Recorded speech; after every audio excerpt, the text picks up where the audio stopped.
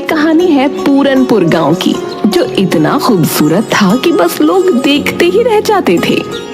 वहाँ के लोग भी बहुत सरल और सादे थे, लेकिन उस गांव में एक हवेली थी जिसके पास जाने से लोग कतराते थे, क्योंकि वहाँ वो थी। लगता है बारिश शुरू हो रही है। अरे जल्दी जल्दी चल स्वामी। हाँ हाँ चल रहा हूँ, लेकिन तू ये हवेली की तरफ क्यों ले जा रहा है भाई? अरे ये छोटा रास्ता है ना। हाँ ये बात तो है। चल जल्दी चल। लेकिन जैसे ही वो लोग हवेली के पास पहुँचे तो बारिश बहुत तेज हो गई और ओले भी गिरने लगे। अरे भगवान, ओले गिरने लगे। अरे भैया मेरा तो सिर ही फूट जाएगा इन ओलों से। हाँ। अरे जल्दी कोई छत ढूंढ। अरे सामने वो हवेली है ना, इसमें चलते हैं चल। अरे नहीं नहीं भैया, उस हवेली में मत जा। अरे तुझे रुकना है तो रुक, लेकिन मैं तो जा रहा हूँ अंदर। मुझे चोट खाने का कोई शौक नहीं है, समझा?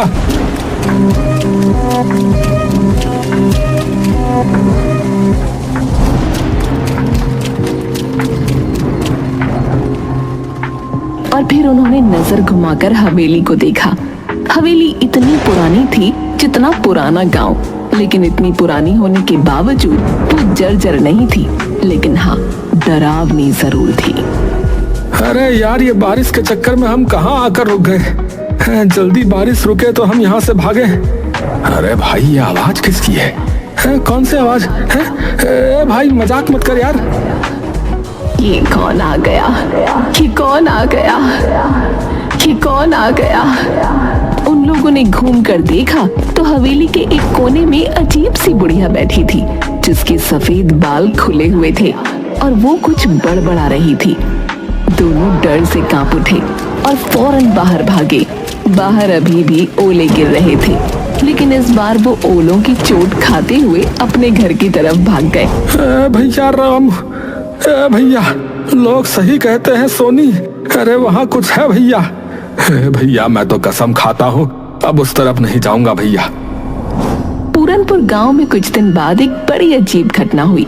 गांव में 4 नए लोग पहुंचे, एक नौजवान जोड़े के साथ 2 नौजवान लड़के और। अरे भाई आप लोग कौन हैं और इस गांव में कैसे आना हुआ? नमस्ते, मेरा नाम राजीव है, ये मेरी पत्नी रिया है और ये मेरे भाई हैं रमन और प्रेम। हम यहाँ अपनी हवेली को बेचने आए हैं जो गांव में पूरब में है। हाँ हवेली है भैया? कौन सी हवेली? वो जो बरगद के पेड़ के पास वाली, वो वही ना? हाँ हाँ वही, हमारे दादाजी की थी, अब हम उसे बेचना चाहते हैं। ये सुनकर मुखिया हैरान हो गया और गांव वालों की भीड़ जमा हो गई। सब फुसफुसाने लगे। तभी मुखिया सीरियस होकर बोला, बेटा वो हवेली आज भी गांव के डर का कारण है। वहाँ एक बुढ़िया दिखती है, अजीब सी। कोई नहीं जानता कि वो असली है या आत्मा है, कोई भूत है पता नहीं, या फिर हमारा वहम है। गांव में ऐसी अफवाहें आम होती हैं, हमने भी शहर में ऐसे किस्से खूब सुने। अगर वहाँ कोई बढ़िया होती तो अब तक किसी ने वीडियो बना लिया होता ना।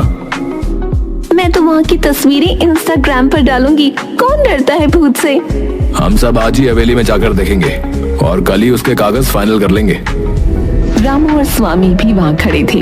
दोनों की आंखों में डर था, लेकिन आखिर वो बोल ही पड़े। भाई साहब मत जाइए, हमने अपनी आंखों से देखा है उसे।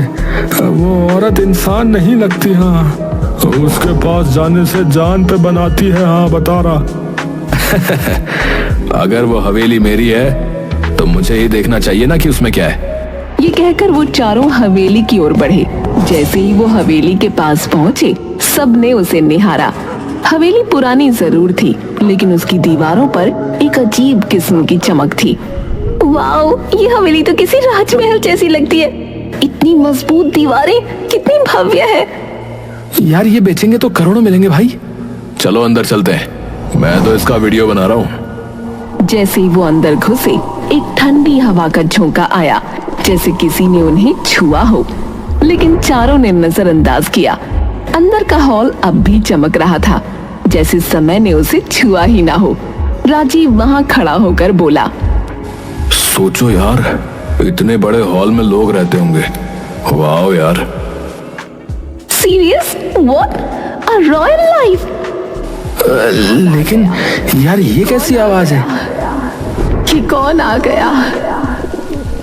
ये कौन आ गया? ये कौन आ गया? कोई बोल रहा है शायद। चलो उस तरफ चलते हैं, देखती हूँ कौन इतनी एक्टिंग कर रहा है। चारों उस कोने की ओर बढ़े, लेकिन वहाँ कुछ नहीं था। तभी चमगादड़ों का एक झुंड छत से निकला। रिया चीख पड़ी।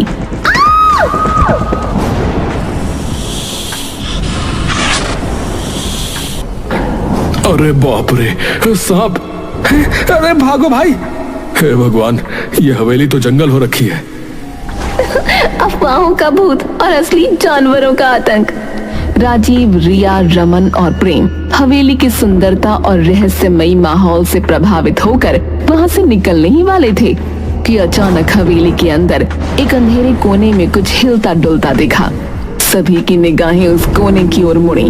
वहां एक औरत बैठी थी, उसी हवेली की वही रहस्यमयी बुढ़िया जिसकी बातें गांव वाले करते थे।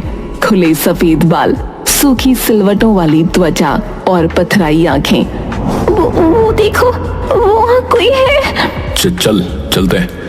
ये वही बुढ़िया लगती है। नहीं यार, अब जब सामने दिख रही है तो बात करनी चाहिए। रिया साहस करके धीरे धीरे उस बुढ़िया के पास गई। जैसे ही वो पास पहुंची, बुढ़िया अचानक कांपती हुई खड़ी हो गई। आप कौन है? यहाँ क्या कर रही है? तुम लोग क्यों आए हो? यहाँ क्यों आए हो? यहाँ कोई नहीं आता, फिर तुम क्यों आए हो? हम इस हवेली को बेचने आए हैं। ये हमारे दादा की हवेली है। और आप? मैं खजाने की रखवाली कर रही हूँ। खजाना? हाँ, बहुत साल पहले मैंने इस हवेली में खजाना छुपाया था, पर अब याद नहीं कहाँ रखा है, कहाँ दफना दिया, समझ नहीं आता। बुढ़िया के खजाना शब्द ने चारों के मन में एक साथ बिजली की तरह लालच जगा दिया। उनकी आंखों में अब हवेली की कीमत से ज्यादा उस अदृश्य खजाने की चमक तैरने लगी। अगर ये खजाने की बात सच हुई तो हम करोड़पति बन सकते भाई। और जब खजाना मिल जाए, इस बुढ़िया को यहाँ से निकाल फेंकेंगे। डराने के अलावा करते क्या ये? बिल्कुल भाई, पहले मिठास फिर लात। हाँ, चलो खोजना शुरू करें। अम्मा, वो खजाना कहाँ है? क्या पता। वो सब लोग पूरी हवेली में खजाना ढूंढने लगे। बुढ़िया भी दीवारों को थपथपाती, जमीन को सूंघती, जैसे कुछ याद करने की कोशिश कर रही हो। लेकिन 4 घंटे तक पूरी हवेली छान मारने के बाद भी कुछ नहीं मिला। अब तो रात होने वाली है यार, कुछ नहीं मिला। शायद ये औरत पागल है। हम कल फिर आएंगे, तब तक आप याद करने की कोशिश करना कि वो खजाना कहाँ है। चारों लोग गांव लौट आए। गांव वालों को जब ये पता चला कि उन्होंने बुढ़िया से बात की और खजाने की भी बात सुनी, तो पूरा गांव भौचक्का रह गया। क्या तुमने उससे बात की? उसने सच में खजाने की बात कही? हम बरसों से डरते आए हैं उस हवेली से, और तुम लोग खजाना ढूंढ रहे हो? अगर सच में खजाना हुआ तो हम सबको फायदा होगा। फिर कल चलो हमारे साथ, अगर कोई खजाना मिला तो हिस्सा मिलेगा। गांव वाले पहले तो हिचकिचाए, लेकिन हिस्सा शब्द सुनकर उनकी आंखों में भी चमक आ गई। अगले दिन राजीव, रमन, प्रेम, रिया के साथ गांव के 10-12 लोग भी हवेली पहुंचे। वो देखो भाई, वही बुढ़िया। हे भगवान, मुझे यकीन नहीं हो रहा है, मैं यहाँ वापस आ गया। चलो सब, आज इस हवेली का कोना कोना उलट डालो। चलो। लोगों ने हवेली के हर कोने को अच्छी तरह देखा, यहाँ तक कि बाहर बगीचे में खुदाई भी शुरू कर दी। कुछ घंटे बीते, लेकिन कहीं कुछ नहीं मिला। तभी रामू की नजर हवेली के पिछले हिस्से पर गई, जहाँ छत का एक हिस्सा टूट कर गिरा हुआ था। अरे ओ भैया, इधर आओ, देखो। अरे यहाँ कुछ है शायद। कहाँ? अरे ये मलबा हटाओ, इसके नीचे कुछ है। सबने मिलकर मलबा हटाया और नीचे एक पुराना पत्थर निकला, जो जमीन से अलग दिख रहा था। जैसे ही उसे हटाया गया, नीचे सीढ़ियां दिखाई दी, एक तहखाने की ओर जाने वाली। तहखाना? ये तो बिल्कुल फिल्मी सीन बन गया। चलो अंदर। वो लोग बारी बारी तहखाने में उतरे। तहखाने में गुप्त अंधेरा था, सीलन भरी हवा और मकड़ी के जाले। सबने अपनी मोबाइल की फ्लैश लाइट जलाकर जगह जगह टटोला। तभी रमन की नजर एक लोहे के पुराने संदूक पर पड़ी। ओ इधर देखो यार, कुछ मिला है, एक संदूक। अरे यार जल्दी निकालो इसे यार। संदूक भारी था, लेकिन गांव वालों की मदद से बाहर ले आया गया।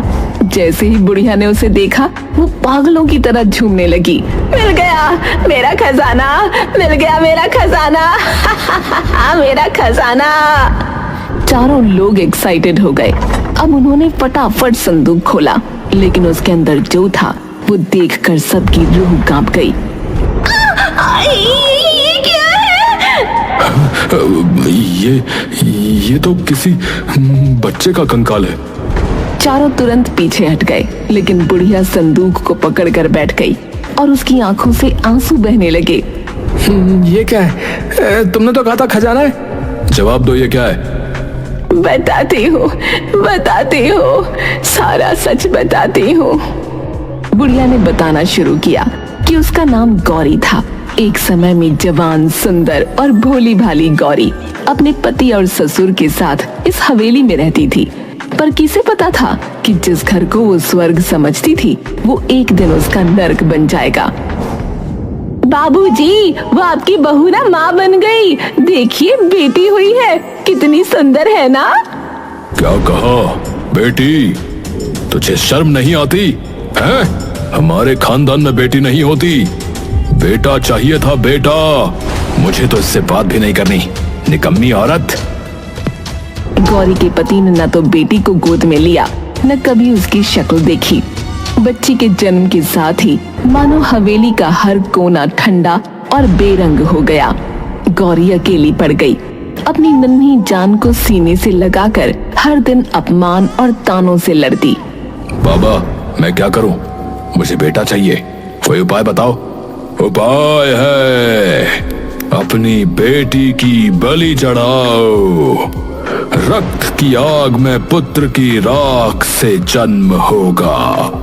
उसने बिना कुछ सोचे तांत्रिक की बात मान ली। एक रात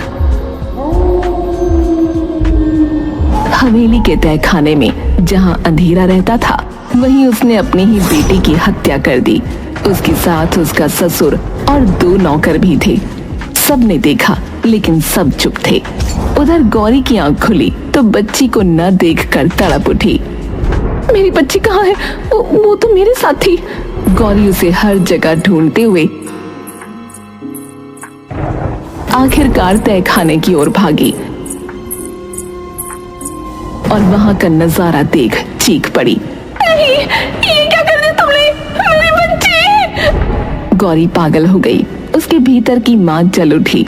उसी तहखाने में पड़ा एक बड़ा चाकू उठाया और एक एक करके सबका खात्मा कर दिया। मेरी बच्ची के खून से कोई बेटा नहीं मिलेगा तुझे, सिर्फ अभिशाप लगेगा तुझे। सब मारे गए और गौरी वहीं तहखाने में अपनी मरी हुई बच्ची की लाश को सीने से लगाए घंटों बैठी रही, शायद कई दिन। और फिर एक दिन उसने उस नन्ही लाश को एक संदूक में बंद किया, जैसे वो कोई खजाना हो। सो जा मेरी रानी, अब कोई तुझे नहीं छीन सकता, तू मेरा अनमोल खजाना है। वो संदूक लेकर वहीं तहखाने में बैठी रही। वक्त के साथ सब बदल गया। हवेली सुनसान हो गई और जब वो एक दिन ऊपर आई तो छत का एक हिस्सा गिर पड़ा। तहखाने का रास्ता हमेशा के लिए बंद हो गया। गौरी ऊपर रह गई और संदूक नीचे छुप गया। यादें धुंधली हो गईं, पर उसका पागलपन वही रहा। गौरी की आंखों से आंसू झर रहे थे। सामने बैठे राजीव, रिया, रमन और प्रेम सन्न थे, जैसे किसी ने उनकी जुबान छीन ली हो। ये सब सच है? हाँ, ये मेरा खजाना है, मेरी बेटी, मेरी जान, मेरी दुनिया। पागल औरत, ये खजाना है? हड्डियां और सड़ती यादें हैं? राजीव वो संदूक को लात मारकर दूर फेंक देता है। ये देखकर उस बुढ़िया को बहुत तेज गुस्सा आ गया। वो पागलों की तरह चिल्लाने लगी, नहीं, ये मेरी बच्ची है। तेरी हिम्मत कैसे हुई मेरी बच्ची को लात मारने की? वो पगलाई हुई औरत अब उस संदूक को गोद में लेकर हवेली के अंदर की ओर भागी। उसकी चीखें हवेली की दीवारों से टकरा कर लौट रही थीं। मेरा खजाना, मेरी बेटी, मुझसे कोई नहीं छीन सकता। अरे अब बहुत हो गया, पागल औरत ने दिमाग खराब कर दिया है। इसको निकालो यहाँ से, फिर इस हवेली को बेच डालते हैं। चलो। हाँ यार, खजाना तो निकला नहीं, अब हवेली बेचेंगे, चलो। सबने सोचा कि किसी भी तरह बुढ़िया को पकड़कर बाहर फेंक देंगे, लेकिन उन्हें नहीं पता था कि ये इतना भी आसान नहीं होगा। वो लोग हवेली के अंदर की तरफ जाते हैं तो अचानक राजीव फर्श पर बिछे कालीन पर पैर रखता है और गड्ढे में गिर जाता है जो कालीन से ढका था। राजीव, कहाँ गए तुम? ये क्या हो रहा है? ये सब उस पगली औरत का जाल है। अरे भागो यहाँ से भैया। रिया एक कमरे में भागती है, लेकिन वहाँ का दरवाजा बंद हो जाता है और अंदर से सैकड़ों चूहे निकल आते हैं। रिया चीखने लगती है। उधर प्रेम जैसे तैसे भागता है, लेकिन गलियारे में फिसल जाता है क्योंकि फर्श पर तेल फैला हुआ था। तुम लोग मेरा खजाना नहीं छीन सकते। बुढ़िया अपने बिछाए जालों से बहुत खुश थी, पर उसी समय गांव के और लोग भी वहां पहुंच गए। उन्होंने सब कुछ देखा और एक साथ मिलकर बुढ़िया को पकड़ने की कोशिश की। अरे अब बस, तुमने बहुत डर फैलाया, अब तुम्हें रुकना होगा। बहुत संघर्ष के बाद बुढ़िया को पकड़ लिया गया। राजीव उठ खड़ा हुआ और बोला, मैं पुलिस बुलाता हूँ। हाँ, ये औरत पागल है, हमें मारना चाहती थी।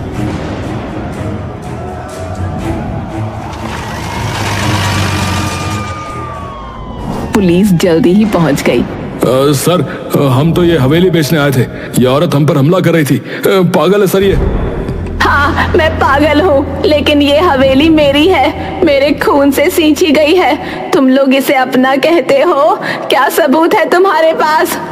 पुलिस को बुढ़िया की बात सही लगी, इसीलिए उन्होंने उनसे कागज मांगे, सबूत मांगे, लेकिन चारों लोगों के पास कुछ नहीं था, न कोई दस्तावेज, न कोई अधिकार। गांव वाले भी अब शंका से भर उठे।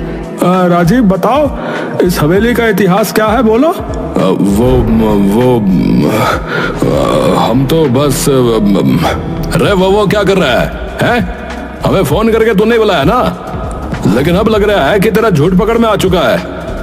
अब चुपचाप सच बोल दे, वरना सीधे जेल ले जाएंगे तेने। हाँ, हमने हवेली पर कब्जा करने की कोशिश की थी ताकि उसे किसी फॉरेनर को बेचकर पैसे कमा सकें। हमें किसी ने यहाँ के बारे में बताया था, तो हमने सोचा कि गांव वालों को बेवकूफ बनाकर अपना काम निकाल लेंगे। हमें माफ कर दीजिए। हैं? माफी? हाँ, जरूर मिलेगी ना माफी। चलो सीधे थाने चलो, वहीं करेंगे तुम्हें सब माफ। पुलिस ने चारों को गिरफ्तार कर लिया और फिर रामू आगे आया। उसने सबको देखा और बोला, इतनी बड़ी कहानी हो गई, हमें आज पता चल रहा है। देखो भैया, गांव वालों, मुझे लगता है कि हमें इस बच्ची का जो है अंतिम संस्कार करना चाहिए। ये जरूरी है भैया। सबने मिलकर उस मासूम बच्ची की अस्थियों का विधि पूर्वक अंतिम संस्कार किया। बुढ़िया फूट फूट कर रोती रही। उसकी सालों की पीड़ा अब बह रही थी। उसके बाद पुलिस ने बुढ़िया को एक मानसिक चिकित्सालय भेज दिया, पर कहानी यहीं खत्म नहीं हुई। गांव वालों ने उस हवेली को एक बालिका विद्यालय में बदल दिया। बाहर एक पट्टिका लगी जिस पर लिखा था, गौरी कन्या विद्यालय, एक माँ